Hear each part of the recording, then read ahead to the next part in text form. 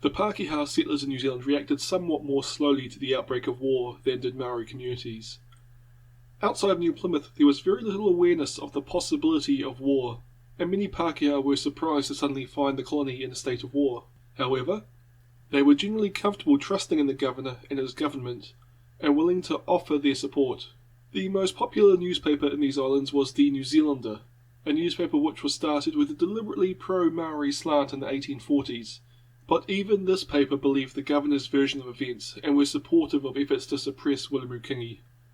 On the 17th of March they wrote, "For there can be no doubt that, though the scene of the present effort of disaffected chiefs to obstruct the progress of British colonisation is far removed from us, this province is very deeply interested in the complete and, if possible, bloodless suppression of Wiramukingi's insurrection." They go on to give their reason why they thought the governor needed to win the conflict. Also, this gets a bit racist, so prepare yourself. The termination of the Taranaki difficulty, in the way we anticipate, is indeed of far more moment to the Maoris than to us British colonists. To us, whatever annoyance or inconvenience we suffer in connection with the difficulty of acquiring sufficient land is but a question of time, and of comparatively short time. But the continuance of the existing tribal system among the Maoris is one of the greatest hindrances to their further civilization, one of the most potent causes of their present rapid rate of decrease. The sooner this system is uprooted and replaced by individualization of property and its consequent greater stimulus to steady industry and to the general adoption of the best features of the domestic life of the white man, the more encouraging will be the prospect of the affirmative solution of that great question. Whether it is what is called a law of nature, or an ordinance of providence, that the white and the coloured races cannot coexist side by side in the same country, or whether the past seeming impossibility of such a coexistence is not traceable to causes of human origin, to ignorance of the true principles which would regulate the relations of the stronger to the least powerful race. So as I said, racism. And yes, this is the level of racism that passed as being fairly pro-Maori in 1860s Pākehā society. I wanted to include this quote for a number of reasons. The first is that it is difficult to understand the Pākehā response to war without understanding that most Pākehā believed that they were destined to own all of New Zealand, and Maori were destined for extinction. White supremacy, and in particular British supremacy, was not questioned in Pākehā society. The arguments were over whether Maori could reform to adopt the best features of the domestic life of the white man and survive by blending into Pākehā society, or if they couldn't reform, where the question changes to whether a slow extinction or a fast extinction is in the best interests of Pākehā society. History and the resilience of Maori communities and culture prove them wrong, but not before these ideas led to a lot of human suffering and helped create lasting institutions based on this line of thought.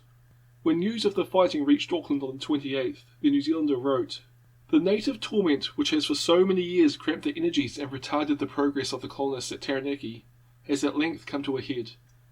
The core of the melody must now be drawn out. Doubtless the process will be one of pain and suffering to the settlers themselves, but the result will be salutary. If the operation be, as we have no doubt it will, complete, and in their time of trial they will be supported by the sympathy and, if need be, by the active kindness of the inhabitants in every province of the colony. The native people of Taranaki will be freed from a tyranny which has become intolerable, and the European settlers from an obstruction which barred the acquisition of land and hindered the advancement of a province which, in soil and climate, has advantages second to none other in New Zealand." However, there were a few Pākehā that did not support the war in Taranaki, and rumours of their efforts soon started spreading throughout New Zealand. On the 21st of April, the Taranaki Herald became so concerned about the rumours that they printed an extra edition to spread the word about these rumours. That His Excellency the Governor has been convinced by the arguments of Bishop Selwyn and late Chief Justice Martin that he has been morally wrong in undertaking the present warlike operations, and that Wiramukingi is founded in his pretensions. We wish our reader to be tranquil respecting this painful rumour, the bare possibility of which must indeed be received as a public calamity. Selwyn, the Anglican Bishop of New Zealand, and Chief Justice Martin would take the lead amongst Pākehā arguing for peace, and would become some of the most controversial people in New Zealand. These two men were friends and each hugely influential in their fields.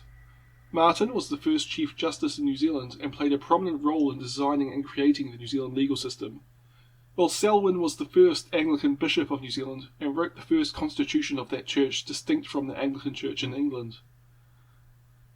They each argued against the war in Taranaki, but it took time for their arguments to start entering the discourse in settler society. The first real statement of Selwyn's position in writing was a letter he wrote to the government on the 25th of April 1860. The reason for writing this letter was to make clear the bishop's objection to a resolution passed in the Hawke's Bay Provincial Council in support of the war. In this letter the bishop says, "Because martial law was proclaimed at Taranaki before a single native was known to have taken up arms against the government, and when no offence had been given by the natives beyond an unarmed obstruction of the work of the surveyors. Because the persons described in the resolution as disaffected Aborigines were the faithful and efficient allies of the government in the war at Port Nicholson, and were always considered as amongst the most loyal, peaceable, and industrious of the New Zealand tribes, till they became entangled in the land questions raised by the English settlers at Taranaki. Because, in entire opposition to the resolution in question, I claim, on behalf of the New Zealanders, 1. An investigation of all questions relating to their title of land, before a regular tribunal with the usual safeguards against partiality or error, viz. Evidence on oath, arguments of counsel, and a right of appeal. 2. That military force shall not be employed till the civil power shall have been tried, and shall have been found insufficient to carry out the judgment of the court. 3. That, inasmuch as this colony was avowedly formed, not for the acquisition of territory for the English race, but for the protection of the New Zealanders, this primary object shall not be sacrificed to the aggrandizement of the English province." The bishop objected to the war because the government had acted rashly and started a military conflict before all non-military options had been tried. He also took a paternalistic approach to Maori. The primary objective of the New Zealand state was to protect Maori, but the government should follow proper British legal process to resolve disputes. It's also worth noting that he did not oppose a war against Maori, only that should come as a last resort rather than at the first sign of resistance. The government did eventually respond to this letter at the end of May. The response was written by William Richard, an MP from Taranaki and the Native Affairs Minister. Unlike the bishop's letter, Richmond's was long, and his anger was only thinly veiled by the conventions of the time. The letter begins with a justification of why it is important that this letter be put forward to the British government. The bishop's letter is the only tangible manifestation of his lordship's opposition to the course taken by His Excellency in reference to the person of Taylor's block at Waitara, an opposition which is nevertheless open and active in the colony, and likely to be influential wherever the facts of the case are imperfectly known. For the Bishop of New Zealand may claim to be regarded, in matters affecting the relations of the settlers and the natives, as a disinterested witness, a character which will, rightly or wrongly, generally be denied to colonists. It should, however, be remembered that the philanthropist, notwithstanding the high ground he takes, which gives him perhaps an undue advantage in public opinion over those who are discharging the ordinary duties of life, is often found to be liable, even beyond other men, to the disturbing influences of prejudice and passion. The abolitionists of North America, for example, are certainly disinterested, but few statesmen will hold that they take a sober and just view of the great question of humanity to which they have devoted their lives. The final part of this paragraph has not aged well. The abolitionists that Richmond references are the anti-slavery activists in the USA at the time. This was a year before the start of the US Civil War, so slavery was still around, and the native minister of New Zealand was saying that the people trying to outlaw slavery were being too emotional to be taken seriously, just like the Bishop of New Zealand was in regards to Maori rights in New Zealand. I won't quote a lot from Richmond's letter. Basically, he argues that the government did investigate the ownership of the land and that a tribunal wasn't necessary because Kingi didn't dispute ownership, and even admitted that Te Taylor owned the land. Also, he claims that the government was justified in the use of force because Kingi had been preparing for a war for months and had provoked the military, although in reality there is no evidence this actually happened. When he discusses how the war in Taranaki is actually in the best interests of Maori, there are a few bits worth quoting.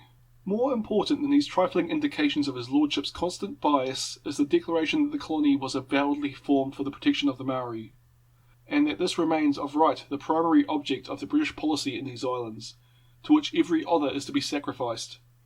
It is believed that there is no sort of authority for such a doctrine.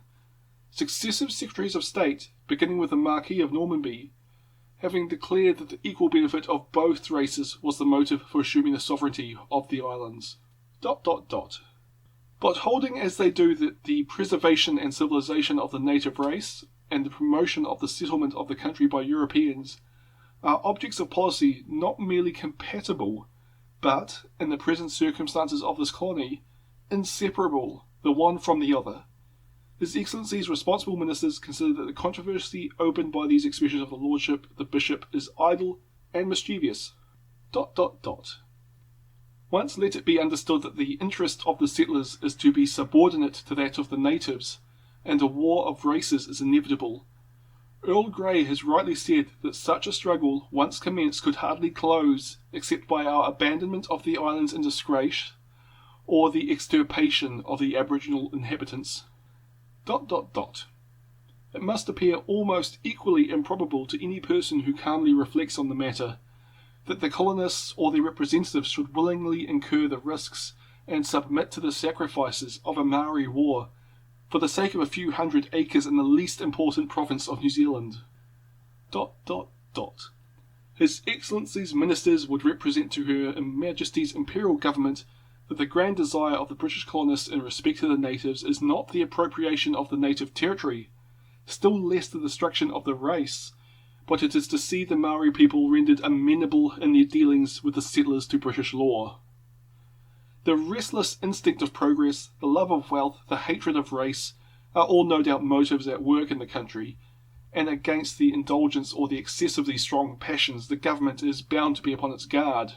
But stronger and more universal and more inevitable than all these feelings is the desire which animates the public mind that all the inhabitants of New Zealand should be subjected in their mutual dealings to the control of one equal law.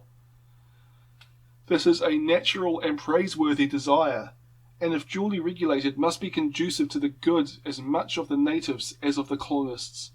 That was only a small part of what Richmond wrote, but it was still a lot. His argument was firstly, that the New Zealand state did not have to protect the interests of Maori, but to instead work for the equal benefit of both races. Secondly, that promoting European settlement is the best way to civilize Maori, and thereby protect them. Thirdly, if the interests of settlers are ever subordinated to Maori, then a race war is inevitable, and Maori would be exterminated. Although Richmond doesn't expand on this line of argument, the logical fourth step is that the best way to protect and civilize Maori is to make them subordinate to Europeans. It is because of this line of thinking that he writes that the government is not fighting this war over a small part of a small province, but instead this war is being fought to subordinate Maori to British law. Also, yes, the one law for all way of thinking has been around for over 160 years. Opposition to the war was slowly spreading amongst settler society. However, it would be some time before there would be widespread discussion on the causes of the war amongst Pākehā. But the governor was still concerned about the possibility of the war spreading beyond Taranaki. I've already discussed how Donald Maclean and others went to Kingitangahui to try and secure their neutrality, with mixed results. However, Gore Brown had another plan to secure the loyalty of other Maori. He arranged a large hui at Kohimarama. Over 200 Maori were invited, however only half attended. Ngāpuhi provided the largest contingent, while no one attended from Taranaki and very few from the Waikato. Renata Tamikihiku Rangi, speaking on behalf of Ngāti Kahungunu, described those in attendance as being the governor's lick plates. The hui went on for a month, and the speeches were all dutifully recorded in the Maori Messenger.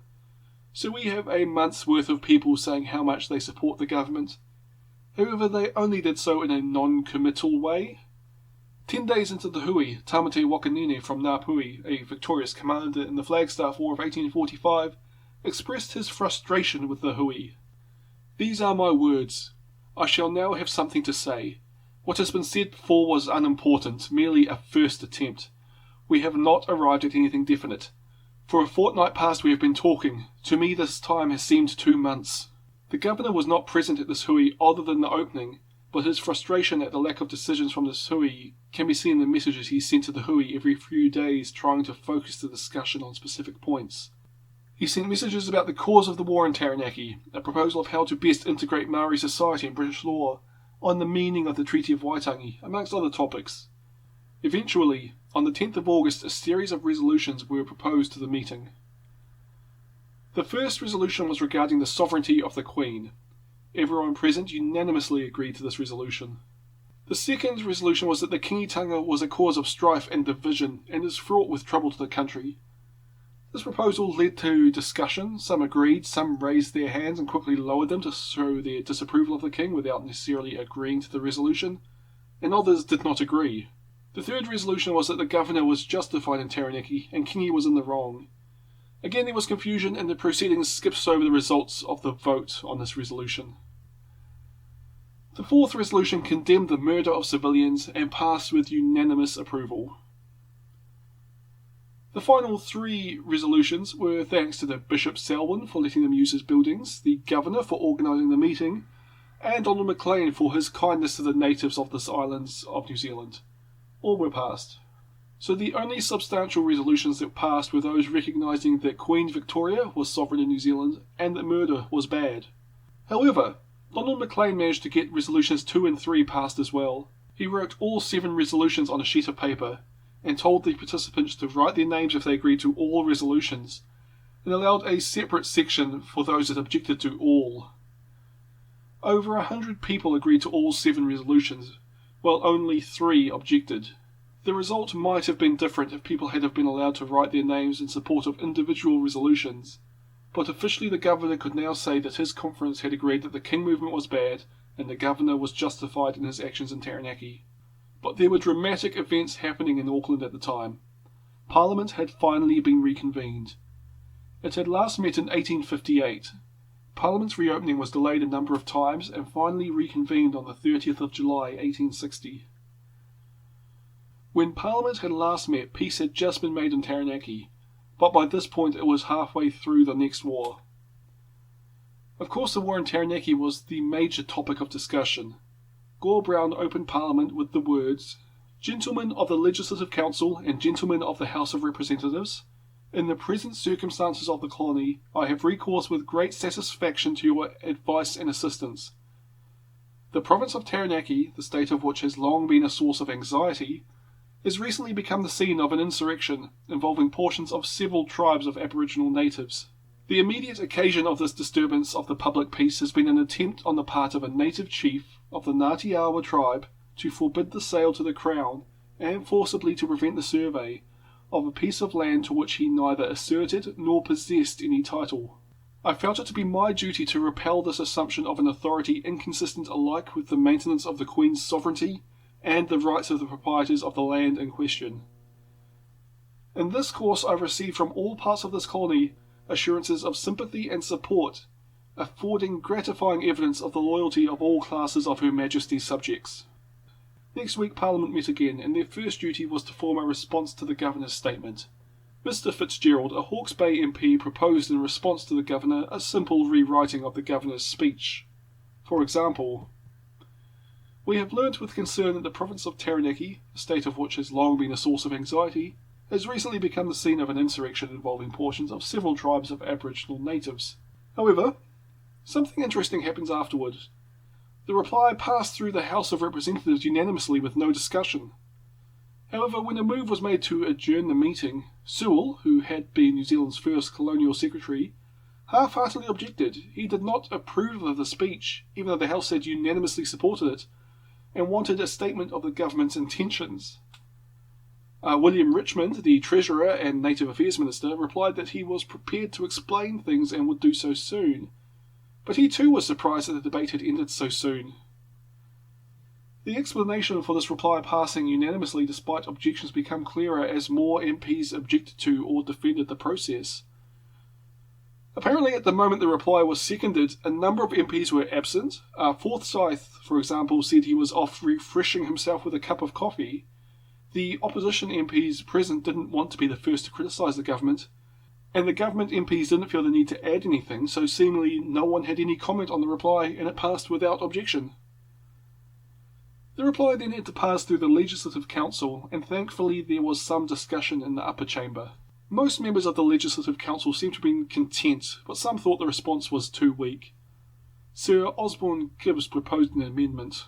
We pray Your Excellency to continue to carry into effect the most vigorous and energetic measures to put down once and forever the existence of the turbulence and rebellion amongst the native population, and thus to establish and ensure the peace and prosperity of this colony. Captain Curling supported this amendment, stating, "Scrape this mere outward incrustation of religious observances of the native, and you will find within the original savage. The time had now arrived, and circumstances had produced the necessity for a more resolute and stern policy, if we really desired to perform our duty to the natives." Mr. Gilfillan then spoke in opposition to these sentiments. He had not been convinced from a perusal of the various papers before the House that Wiremu had no title to the disputed land, but, on the contrary, he believed that, according to native usage, he had a claim to it, and if such was the case, Kingi certainly had a right to interfere in the purchase, and the governor had no right to make war. Despite Gilfillan's words, the response to the governor was passed, although Gibbs did withdraw his amendment.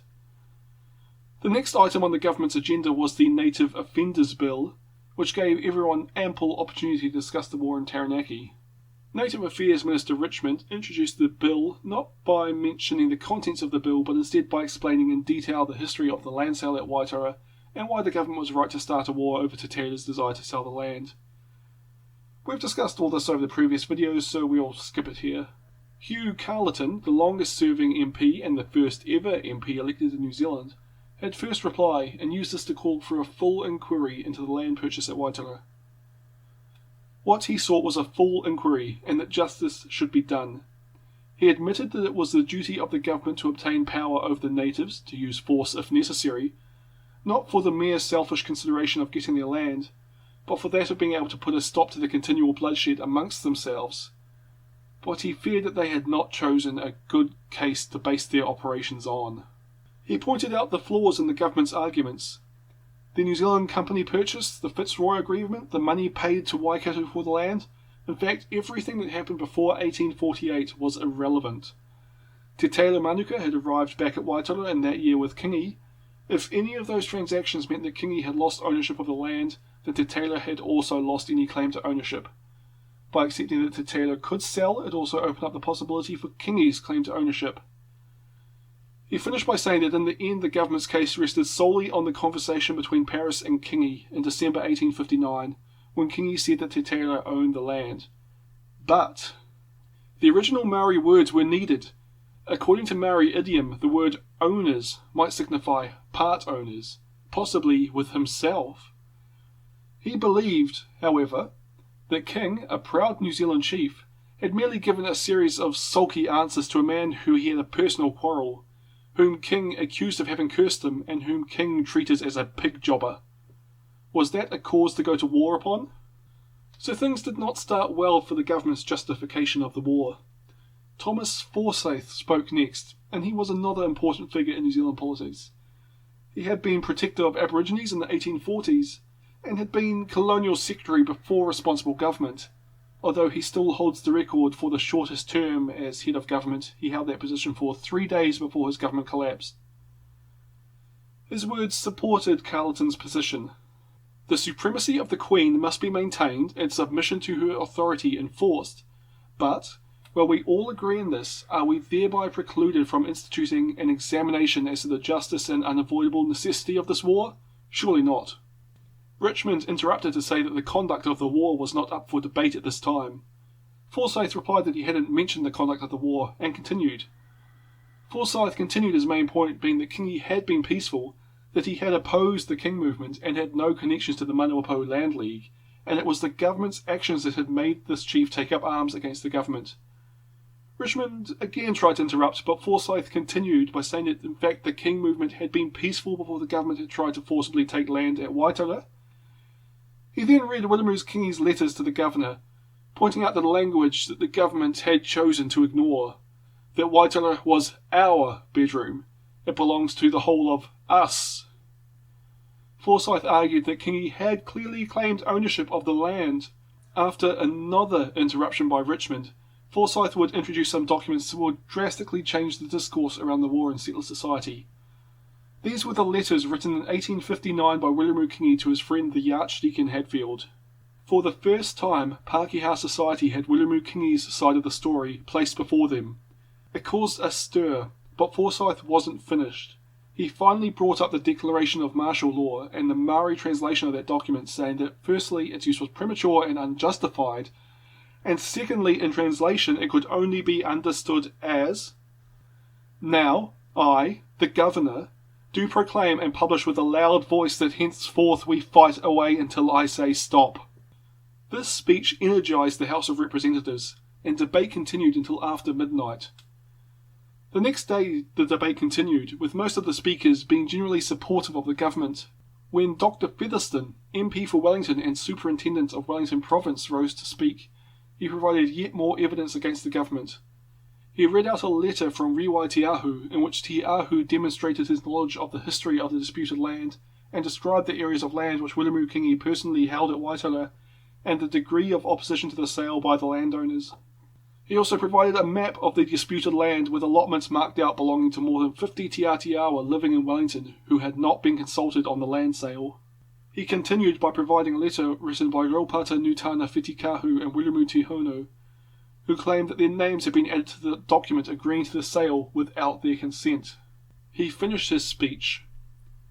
"For my own part, I know of no higher duty that can possibly devolve upon this House than to prove to the natives that this is a tribunal to which an appeal for redress will never be made in vain. I can conceive no means so calculated to restore the confidence of the natives in the justice of the government, which has been so entirely destroyed by these transactions, as a determination evinced by this House to protect them from acts of injustice, no matter how high the powers by which they were perpetrated. Such, I repeat, is the most sacred duty that can possibly devolve upon this House." Stafford, the Colonial Secretary, spoke next to dismiss the evidence provided by the previous speakers, and show all the evidence that the government had provided in support of the Governor's actions, but the real defence was left to William Richmond. "Sir, I listened with great surprise to the speech of the Honourable Member for Wellington City, coming, as it did, from one of a party not hitherto very forward in the advocacy of the interests of the natives. When I found the Honourable Member doing battle for the most extreme views of native territorial rights, and declaring that the Governor had broken the Treaty of Waitangi, I was, I confess, surprised and amused.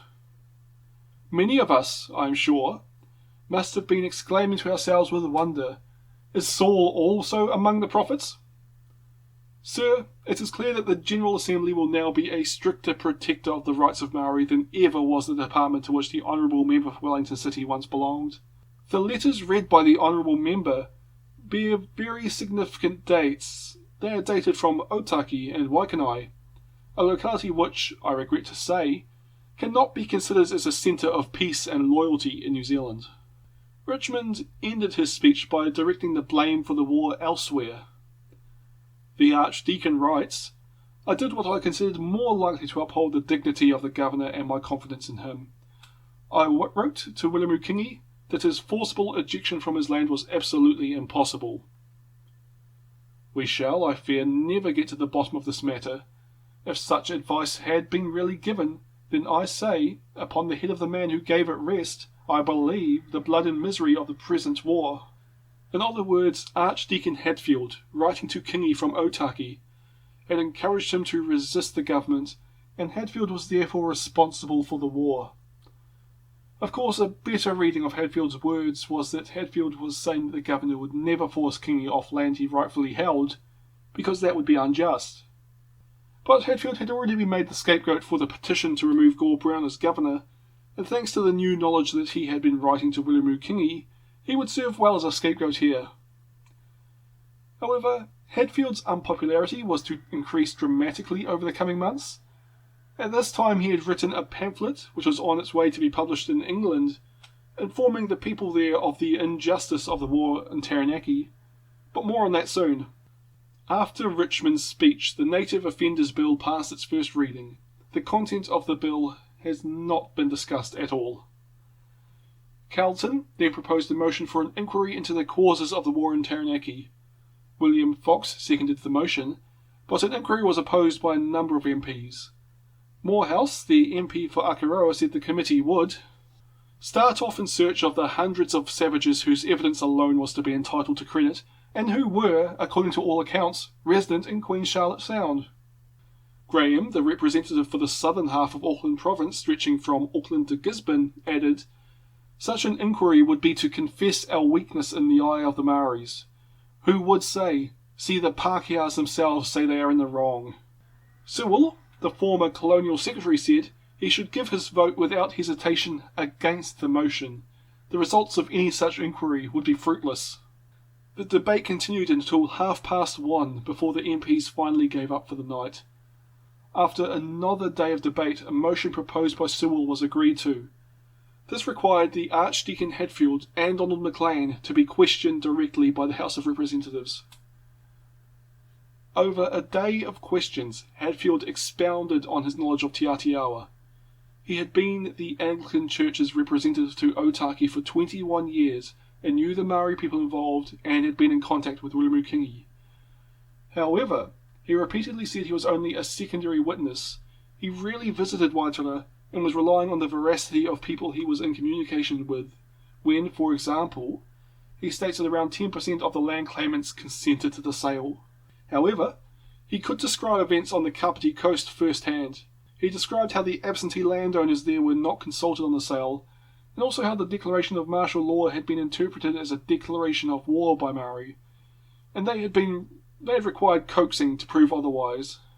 Maclean, on the other hand, kept his answers brief and to the point. He said that everyone that he believed had acclaimed the land had consented, with the exception of Patu Kakariki, who happened to be the leading chief of Te Teira's Manuka Hapu, but otherwise he argued that the sale was valid.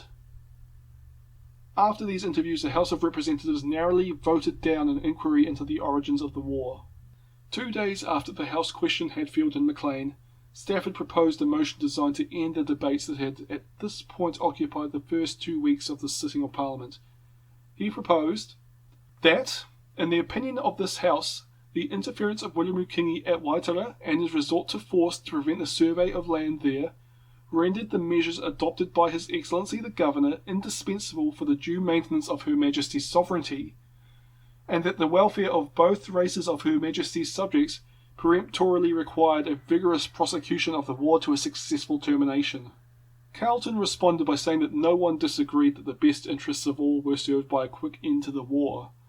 However, he proposed an amendment to delete everything between the interference of Rulemukingi and Her Majesty's sovereignty in that. He also noticed an important difference between the motion that Stafford proposed and the version he had put down in writing as a notice to the other members.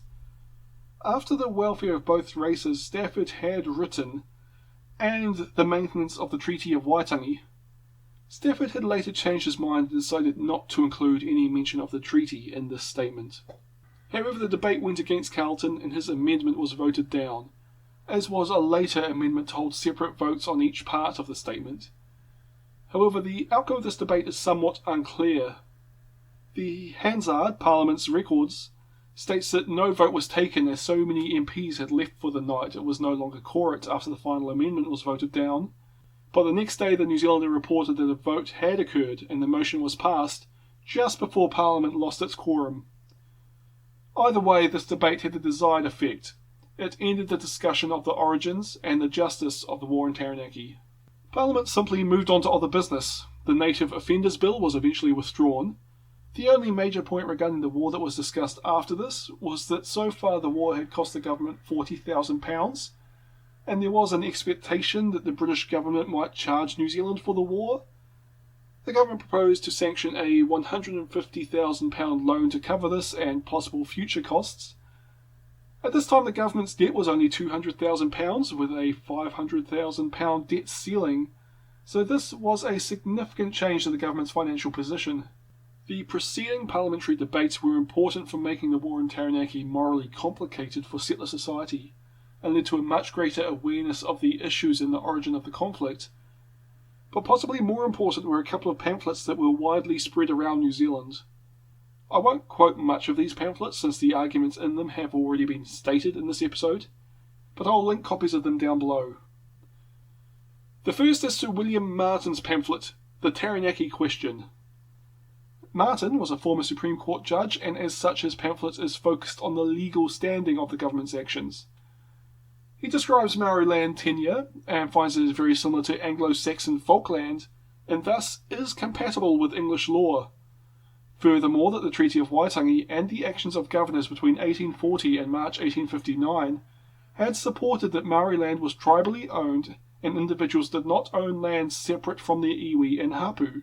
Therefore, by trying to purchase land from individuals over the objection of the iwi, the government had acted illegally and unjustly. Furthermore, through a poor investigation and a premature resort to force, the government had trampled the rights of the people who had claims to the land at Waitara.